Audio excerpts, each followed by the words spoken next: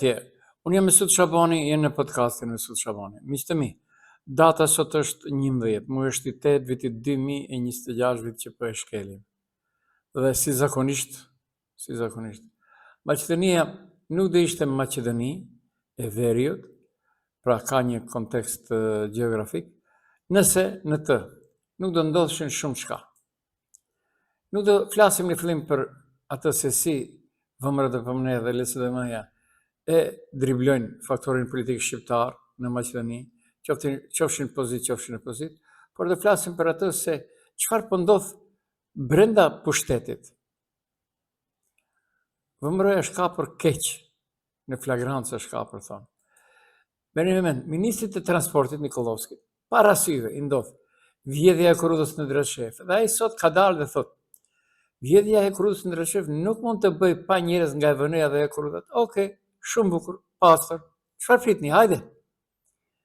Ministri i transportit dhe lidhjeve, Aleksandar Nikolovski, thotë se vjedhja në stacionin elektrik tërheqës në drejtshef nuk mund të ishte kryer pa përfshirjen e njerëzve nga VN-ja dhe persona të brendshëm nga e Korrudha. Jam i bindur se pa njerëz nga VN-ja dhe pa njerëz të brendshëm nga e Korrudha, kjo nuk mund të bëjë, ka thënë ministri Nikolovski.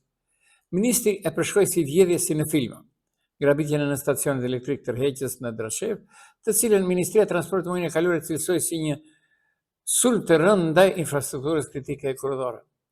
Për të rikujtuar, gjatë vjedhjes u përmbysën me forcë 2 transformatorë të mëdhenj elektrik, secili me peshë mbi 30 tonë. Me dorë mendoni? Jo. Një nga transformatorët derdh dhe u nxorë vaj transformatorik, dhe sa mbështjellit prej bakrit dhe komponentët e tjerë me vlerën u hoqën dhe u vodhën plotësisht. Kjo është diçka që mund të bëjnë vetëm njerëz shumë të specializuar, thot Nikolovski. Me tension të lartë elektrik nuk mund të merret një njerëz i zakonshëm, ndërsa as mekanizmi përdorur atje nuk mund të gjendet kudo. Kjo është brenda një nate. Fjalë për fjalë dhe dukshëm nga i dutë shumë profesionist. Jam bindur, por sigurisht që hetimi nuk e drejtoj unë, por Ministria e Punëve të Brendshme. Megjithatë, jam i bindur se pa njerëz nga VN dhe pa njerëz të brendshëm nga e Korrudha të Maqedonisë, kjo nuk mund të bëjë. Me shumë gjas, hetimi do të konfirmoj këtë, thot ai. Por ja lë Ministrisë së Punëve të Brendshme që të procedoj dhe atyre që kanë kryer këtë, tha Nikolovski në një intervistë për televizionin Telma. Në stacionin elektrik të Rregjës në drejtshef është në përfshirje e Korrudhave të Maqedonisë infrastruktura. Sipas vlerësimit fillestar, dëmi material arrin rreth 5 milionë euro. Me këtë vjedhje, siç njotoi Ministria, është shkaktuar shkatrimi plot i një pjese të rëndësishme të pajisjeve elektrike të infrastrukturës së korridore, ndërsa objekti ka mbetur jashtë funksionit. Dhe unë them dhe qëndroj, Nikolovski është njëri ndër ministrat i cili nuk e fsheh antipatin ndaj shqiptarëve, posaçërisht pjesës së Pollogut. Në fushën e Pollogut, ajo që quhet ndërmjet Tetovës dhe Zhelinës, komunës së Zhelinës, është një rrugë e cila lidh fshatrat Trebrosh, Pollatic dhe dalin në Xhepçisht. Është paraparë që kjo rrugë të jetë sikur një shkurtesë, të mos jetë fare në qytet për dalje në Gllobaçicë, kufirin me Kosovën, Jazhinc. Por, sot e kësaj dite, gati një vit, po bëhen, nuk ka vazhdim të punimeve. E filloi BDI-ja me Eyüp Rüstemin, drejtor i Maqedonia Patit, dhe mbeti sot e kësaj dite pa vazhduar. Pse nuk vazhdohet? Qytetarët ankohen se po i prishin veturat, bashkëfshatarët e 2 fshatrave, njëra e komunës, të dyja të i vinë në komunës së Zhelinës, por rruga bie edhe në komunën e Tetovës. Pra, çdo gjë është e kalbër në këtë shtet. Dhe unë tash, vërtet, nëse më kuptoni seriozisht, ju e dini se mbahem me mençur. Edi Rama ka një lajm të pabesueshëm, thotë por 100% i vërtet. Shqipëria e para në botë për sigurinë kibernetike. Dhe nuk do e lodhe se u kam lodhur shumë atë çfarë thot Nikolovski, çfarë thot Mickovski dhe çfarë thot Bekim Sali. Po, ne jemi para Shqipërisë, kjo nuk diskutohet, thot Bekim Sali. Pra, Maqedonia e 30-ta. Mos i kallzoni Mickovski, Nikolovski dhe Bekim Sali, se preken, dhe ata janë njerëz. Unë ta kisha ditë se preken që shmotit i kisha prekur. Pra, Shqipëria doli e para në sigurimin e asaj që quhet kibernetik. Nga një sulm brital, thotë Edi Rama, të vendi i parë në botë. Bekimi i teknologjisë digjitale për vendin e zhvillimit është i jashtëzakonshëm, sepse kur vjen puna te teknologjia e re, nuk ka më vende të mëdha të vogla të zhvilluara për zhvillim. Madje përkundrazi, kush është më mbrapa mund të bëjë kërcime të mëdha përpara. leapfrogs, duke ka përcyer në pak vite etapa që të tjerë janë dashur dekada.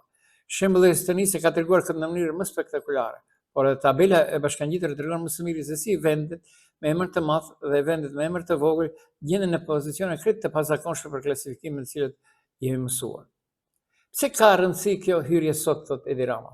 Sepse sot kemi marrë një lajm spektakolar që lidhet pikërisht me teknologjinë, dhe që askush nuk do ta imagjinonte dot deri jo shumë vite më parë. Për teknologji mori Maqedonia 25 milionë euro nga BE. Nuk u duruan Mickovski, Nikolovski dhe Bekimsel. Të parët në region. Dhe doli se jo në region, po të 30 në botë e para në botë Shqipëria. Nuk kam asgjë kundër, unë jetoj këtu, i përkas këtij shteti, kam në shtetësi të këtij shteti, kam pasaport të këtij shteti që më takon, jam autokton, për dallim nga shumë maqedonas, jo shumë, po më shumë se shumica, sepse unë tu jam gjenata 7 e 8 në Tetov. Sepse ndërsa këta braqet të Krushevskë Republike, gjithë me tyre tretën stërgjysh nuk e kanë nga Maqedonia. Dhe nuk u doroshin duke u lavdëruar. Nuk e di pse kjo albanofobi e tyre, plus përfshirë edhe Vlenin. Dhe besoni, Vleni sot ka dalë një deklaratë aq humoristike sa dhe cinike, nuk dim gjë për atë që ka ndodhur për spotin e 35 vjetorit të Maqedonisë. Dhe dëgjoni, pasi nuk din gjë, tash dini ju të Vlenit? Gjë, po dini. Atëherë reagoni. Dhe do kthejmë prapë te Edi Rama. Ai thot, sot kemi marrë një lajm spektakolar që lidhet pikërisht me teknologjinë dhe që askush nuk do ta imagjinonte dot deri jo shumë vite më parë. Më 15 korrik 2020, kur regjimi kriminal i Teheranit ndërmori sulmin e pa precedent kundër infrastrukturës sonë digjitale, synimi ishte sa i qartë aq edhe i egër. Dhe gjinzonte të një shtet të vogël demokratik që kishte guxuar të jepte streh atyre që ai regjimi përdjeg dhe i vret.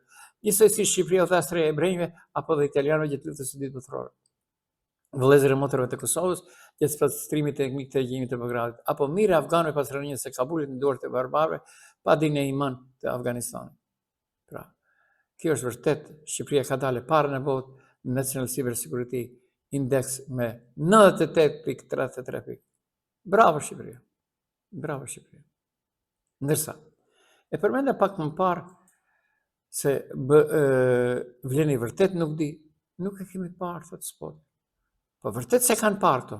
Mendoj, në momentin kur janë pyetur se kanë parë. A që kanë parë ajo, s'ka Majka Jana që se kanë parë. E ka pa. Bilal Kasami e ka pa. Izet Mexhiti e kanë pa të gjithë komplet. Bile edhe Adnan Azizi e ka pa. Që ai nuk hiqet prej videove, prej YouTube-s dhe prej TikTok. Të dëgjojmë se për çfarë bëhet fjalë. Bashkimi Demokratik për Integrim ka kritikuar spotin e qeverisë për 35 vjetorin e pavarësisë, duke akuzuar atë se paraqet një version ekskluzivisht maqedonas të historisë së shtetit pa përfshirjen e shqiptarëve. Sipas integristëve, përfshirja e figurave të lidhura me ngjarjet e 27 prillit e bën spotin edhe më problematik dhe dëshmon, siç thonë ata, për një politikë përjashtuese të qeverisë. 35 vjetori duhet të tregonte shtetin që kemi ndërtuar bashk, ndërsa qeveria zgjodhi një vizion ku shqiptarët janë të padukshëm, thuhet në reagim. Edhe më shqetësuese është ajo që qeveria ka vendosur ta fshijë nga historia në spot nuk ka marrëveshje të orit, dokumentin që i dha fund konfliktit të vitit 2001 dhe vendosi themelit e karakterit multietnik të shtetit, nuk ka antarësim në NATO, një nga rritjet më të mëdha strategjike të vendit, nuk e ka konferencën e parë ndërqeveritare me Bashkimin Evropian. Pra janë fshirë pikërisht momentet historike që transformuan shtetin nga një projekt etnik në një shtet të përbashkët që ankoruan në NATO dhe që hapën rrugën drejt Bashkimit Evropian. I pyetur për këtë, zëdhënësi i Vlenit dhe zëvendësministri i Arsimit Driton Sulejmani tha se nuk e ka parë spotin për 35 vjetorin e pavarësisë dhe nuk është informuar për planifikimin e organizimit. Ta them të drejtën, nuk e kam parë asun spotin dhe nuk di cili është planifikimi i qeverisë lidhur me organizimin që po e përmendni, por do të marrim informata dhe do t'ju njoftoj. Ky është pastër një rrehen e kulluar. Ministrat duhet të jenë të informuar për çdo gjë. Ky është zëvendësministri. Edhe më tepër se sa ministrat, sepse këta u përshpërisin kryetarët e partive. Tash din ti Dritan Sulemani, din? Po. Shojmë se si do të reagojnë. Me shojmë. Dhe nuk reagojnë fare. E keni parë, keni dëgjuar diçka se çfarë ka ndodhur me ministrin e drejtësisë Jeton Shasivari? Kërkush nuk di kur gjë. Humbi. Edhe më keq. Studentët, Unioni i Studentëve të Universitetit Nana Teresa, ata e kanë ripërsëritur kërkesën e tyre tash për 2 herë te ministri Jeton Shasivari për mbajtjen e të gjitha provimeve në gjuhën shqipe. Hajde ministri i sheshet. Dhe kam shkopin magjik. Bile e kishte edhe atë tepikin fluturues nga Teherani. E ka, po vërtet e ka. Po kur ta vjen në funksion askush nuk e di. Vërtet është shumë rëndësishme kjo që po ndodh në Maqedoni. Pra, Vleni nuk di kur gjë. Vallaj, bilaj, tallaj, vdeksha qorthën këtë Vlenit nuk kemi ditur kur gjë. Nuk kemi ditur kur gjë. Po kjo është jeta. I njihni jetën? Jeta është një ndër vajzat më lezonjare që ka pasur dunjaja. Dhe unë të dalem pak. Jo, hajde njerë në fillim të shkojmë këtu. Shqipëria ka bërë një punë shumë të madhe. Vërtet ka bërë një punë shumë të madhe. Tha, nga 3 shtatori, Shqipëria ndërpret importet e mishit të pulës nga Brazili. Jo, më pula nga Brazili. Vendi Amerikano Latin. Bravo!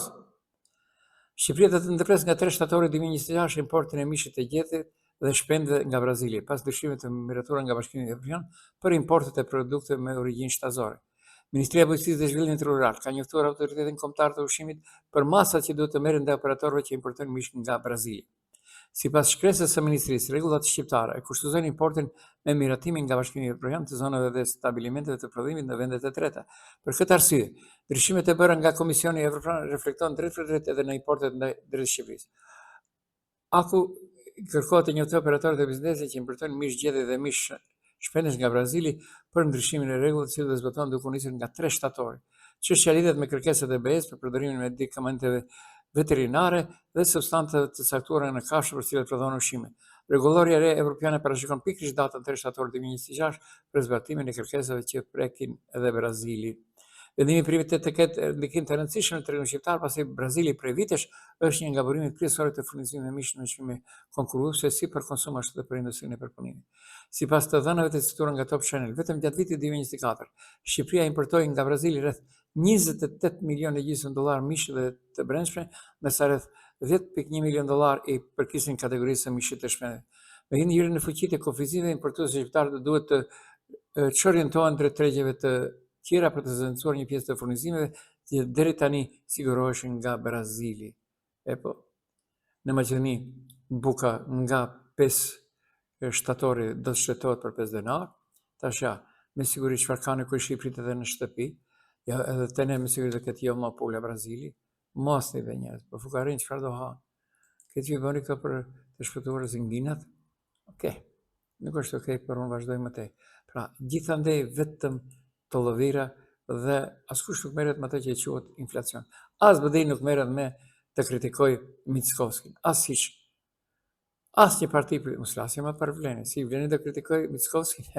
Pa jeni në mend thot njëri sot. Kritikoj ata të cilët u zgjatën dorën.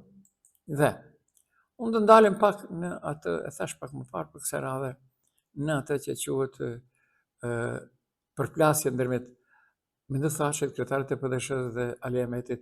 Nuk ka pasur përplasje, por sikur njëjtën kohë në 2 televizione të ndryshme, njëri lokal, tjetri në Kosovë, patën intervista mjaft interesante. Dëgjojmë në fillim Mendosashit çfarë tha për Ali Ahmetin.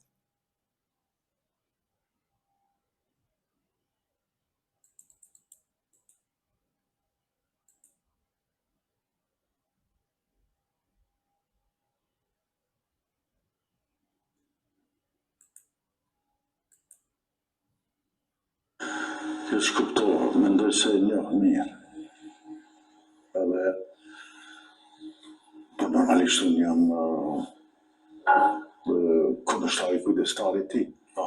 Vlerësimet e mia ndaj ti merren subjektive, pa diskutim. Që ti bësh unë duhet t'jem vetja. Nuk duhet t'imitoj dikën tjetër. Njeri shumë i rëndësishëm para disa ditëve ndeti me mua dhe më pyeti këtë pyetje. Po ajo është në Ali Ahmeti. Institucioni është në Ali Ahmeti.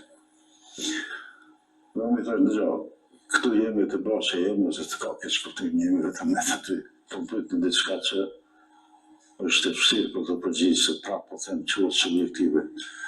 Po i bëj shkret është, këto vite janë të i bërë shumë përvojë politike, njëri më pabes në jetë, s'kam të. Se Ali Ahmeti është njeriu më i pabes që keni takuar. Sipas meje. Këto fjalë duken të vështira, të rënda, po megjithatë është koha ku është kriju hapësirë që në dëgjova këtë vlerësim. Se këto vlerësime në vitin 2002-2003 mirëshin si vlerësime i nati, se në kishte marrë pushtetin. E po pas më shumë se 2 decenjeve, rezultati i politikës së Ali Ahmetit është me minus, dhe që kemi përfitu diçka. Ndërsa sa i përket karrierës ti politike, ashtu është stariu. Ai ka jo vetëm suksese në drejtim të partisë, por ka dhe sukses në qeverisje të vendit mbi 20 diçka vjet. Po beso se suksesi matët në politikë sa u ke bërë mirë njerëzve, sa u ke përmirësu jetën njerëzve, sa e ke përmirësu arsimin, kulturën, kështu me radhë të mëvojë. Këto që po zbulohen në kohët e fundit të Maqedonisë, siç është çështja e përdorimit gjuhës shqipe që Asamdeja Skënderbej, ky emërtimi i rrugëve vetëm zbulon një pasuksesshmëri të politikës së Ali Ahmetit. E dyta, unë mendoj se Ali Ahmeti që atëherë ka qenë instrument i të tjerëve. E kush e të tjerë? Po zakonisht ku jetojmë ne kryesisht janë slabët, të tjerat. Si të kushërën njëri të shërbimeve? Ne jemi më i qartër pa to. Herë pas here, në këtë impenjohen edhe bashkësia ndërkombëtare dhe perëndimorët. Dhe nuk duhet, unë kam përvojë të çuditemi se në momentet caktuara interesat e slavëve dhe perëndimorëve puqen për një ngjarje. Dhe për qenë sinqert, unë mendoj se ai si instrument është përdorur. Ndoshta ai kam bind se po dësheja po të mbjetoj në pushtetet dhe disa vite Maqedoninë e pret ndarja, ose krijimi i federatës, që ndoshta edhe s'ka qenë larg. Dhe është fut në lojë për të realizuar një tentim të PDSH-s dhe më pastaj është premtuar se gjitha gjërat do zgjidhen, siç ka ndodhur 45. Se ne nuk jemi as budalleri që themi partizantë shqiptarë që kanë luftuar koncentratar, ose kanë qenë, unë mendoj se edhe Fadil Hoxha dhe të tjerë kanë pas premtime shumë mëdha prej kohës. Po pra, ishte, me ndë tha që kretë ndryshe dhe pajtohemi më shumë shkanë atë që tha, sepse vërtet nga viti 2002 deri tash, të mos bësh ato qërma kryesorët me ligje, duke qenë pjesë e qeverisë bile dhe diktuesi i saj, është vërtet rënqese.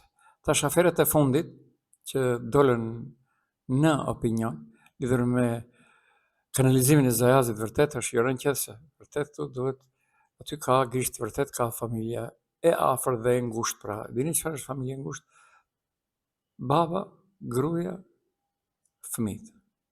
Okej. Pra diçka shumë interesante duke ndodhur. Pra të edhe ndërkombëtarët nuk merren shumë me Ali Ahmetin. Ai vetë mundohet që të krijojë situata kinse ndërkombëtarët merren me të. Vetëm një gjë që ka pëlqyer te Ali Ahmeti mbrëm në intervistë të 21 ishte. Po edhe atje nuk e pufin dorën thatë të 21.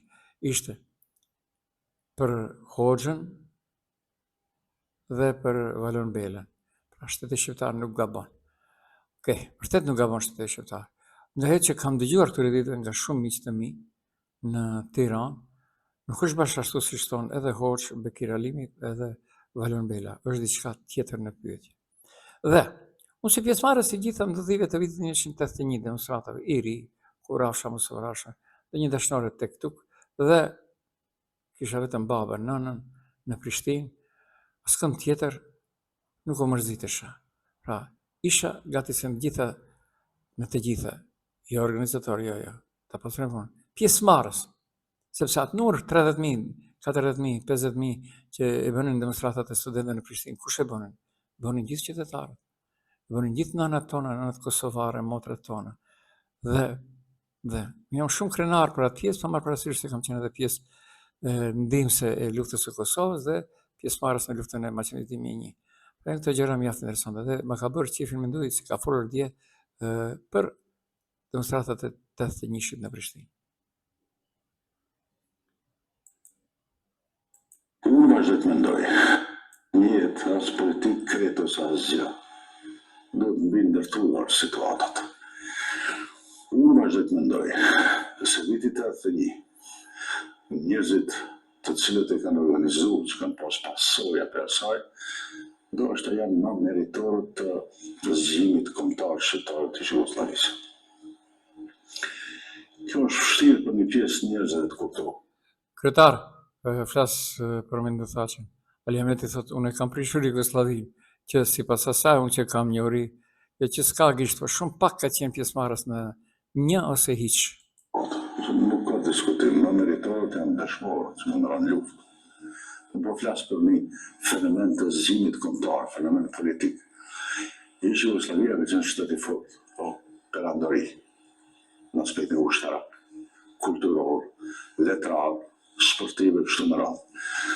Bombardimi ishte i madh për shkollë, në jetën publike, dhe kjo ka kriju të shumë njerëz një iluzion se kjo është vendi ku shqiptarët i realizojnë të drejtat dhe qëllimet.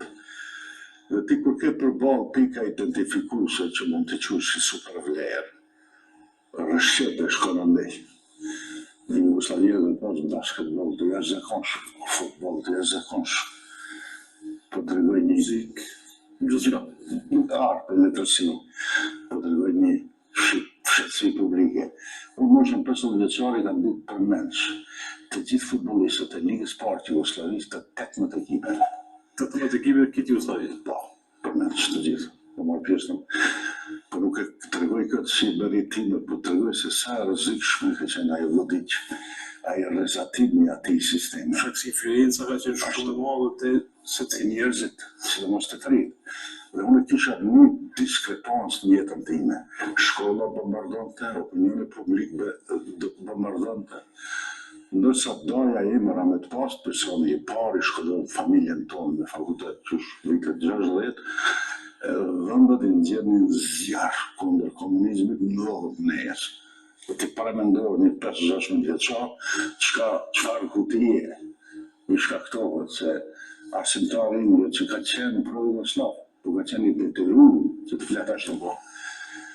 Dhe vitit 81, gjeneratën tonë, që ishim në famësime sipër me dronin e tije, se që shihni jashtë, këtë është mashrifë.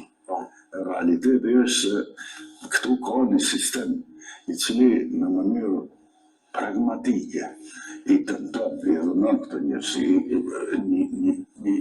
një kolektivitet, një popull të tërë. Dhe prej këtu më pastaj ka nis aktiviteti. Po pra, 81 ishte vërtet, ja tash mërnicën kapin, nuk mund të haroj 26 marsin kur njëri prej të vrarëve ishte me mbiemrin Pireva. E njifsha djalin e Axhës të tij, Basri Pirevën doktor. Okej, thash doktor. Isha gjimnazist në Prishtinë dhe njifeshim krejt, aq ka qenë Prishtina. Pra, stratat 81 janë nëna e çdo gjëje, jo që unë kam qenë pjesëmarrës. Ndje dhe shumë njerëz tjerë që kanë marrë pjesë dhe kanë bërë burgje, shokë të mi, por okej, njëtoja në Kosovë, në Prishtinë. nuk është kjo okay, por unë vazhdoj më tej. Pra, gjithandej vetëm për plasje dhe tash kur e shoh se si vleni rigati në qeveri dhe nuk bën asnjë punë, vërtet dalësh nga lëkura. Vërtet është për të dalë nga lëkura. Sepse, pra, të jesh në pushtet 2 vite e gjysmë, ka filluar viti i tretë, dhe të mos bësh asgjë, sigurisht sekretari shtetëror, zëvend sekretari shtetëror i qeverisë që doli tha, BDI-ja këtë e ka bë.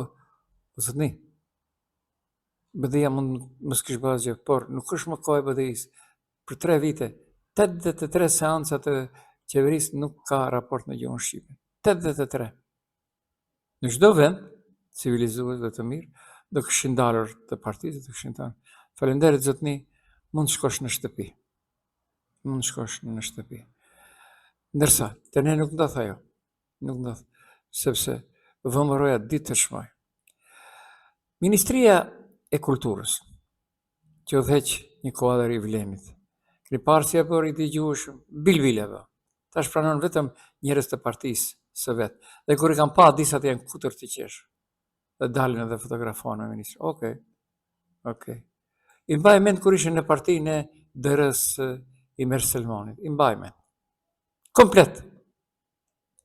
Dhe tash kur i shoh. Dhe tash ministri i Kulturës, cilit e ka tërhequr vërheqjen, nëse sa krerë për veshjet e për flokësh, kryeministri se më ti nuk je ministër, por do duhet të sillesh në kabinet. Dhe ka kërkuar, Levica thot, Ministria e Kulturës dhe Turizmit në kulmin e sezonit veror ka shpallur konkurs për punësimin e 2 këshilltarë të posaçëm në kabinetin e ministrit. 1 këshilltar për çështje juridike dhe 1 këshilltar për kulturë. Afati për aplikimin është vetëm 3 ditë. Ministria e cila tashmë ka 17 këshilltarë shtetëror që përbëjnë rangun më të lartë në administratë, tani ka nevojë edhe për këshilltar të rinj kabineti me pagë bazë neto për 60.000 denarë. Për këshilltarin për çështje juridike kërkohet vetëm 1 vit përvojë pune, ndërsa për pozitën e këshilltarit për kulturë nuk kërkohet arsim në fushën e kulturës, artit apo menaxhmentit kulturor, por diplomë në ekonomi. Konkretisht në fushën e marrëdhënieve ekonomike ndërkombëtare, po intendojnë nga Levica. Sa i thon shqip këndë nga tetova Levica. Hazër e kanë gjetë njerin edhe tash ja bëjnë edhe konkursi. Okej, le ta gëzoj.